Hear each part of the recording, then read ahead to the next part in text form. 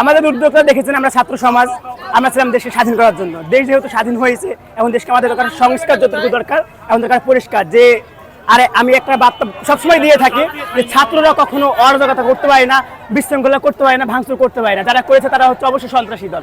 আমরা যেহেতু রাজশাহী শহর আমাদের ক্লিন শহর, আমরা অবশ্যই চাইবো সেই শহরটাকে আরো সুন্দরভাবে রাখতে, যেভাবে ছিল আমার সেই পুনরায় আমরা রাজশাহী শহরকে পুনরুজ্জীবিত করতে পারি।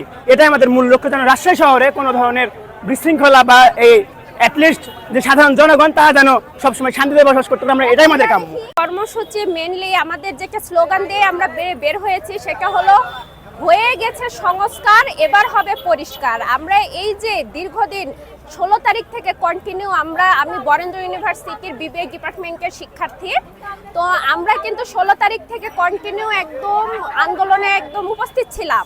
ইভেন গতকাল পর্যন্ত আমরা আন্দোলন করেছি। তো আমাদের একাধিক স্টুডেন্ট আহত হয়েছে, মারা গিয়েছে। আমরা এই রাজশাহীতে আন্দোলন করেছে, কিন্তু রাজশাহীর পক্ষ হয়ে আমরা দেশটাকে স্বাধীন করার জন্য আন্দোলন করেছি। আমরা কষ্ট করে আন্দোলন করেছি শিক্ষিত সমাজ।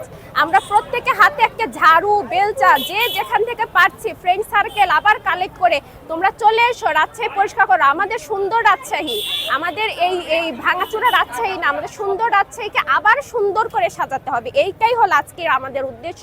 আজ আমাদের কর্মসূচি প্রথম দিন ছিল, আগামীকাল আবার কর্মসূচি হবে। এবং শুধু পরিষ্কার না, আমাদের যেগুলো শিক্ষার্থীরা মেডিকেলে আছে, কালকে একাধিক শিক্ষার্থী আমাদের মেডিকেলে আছে।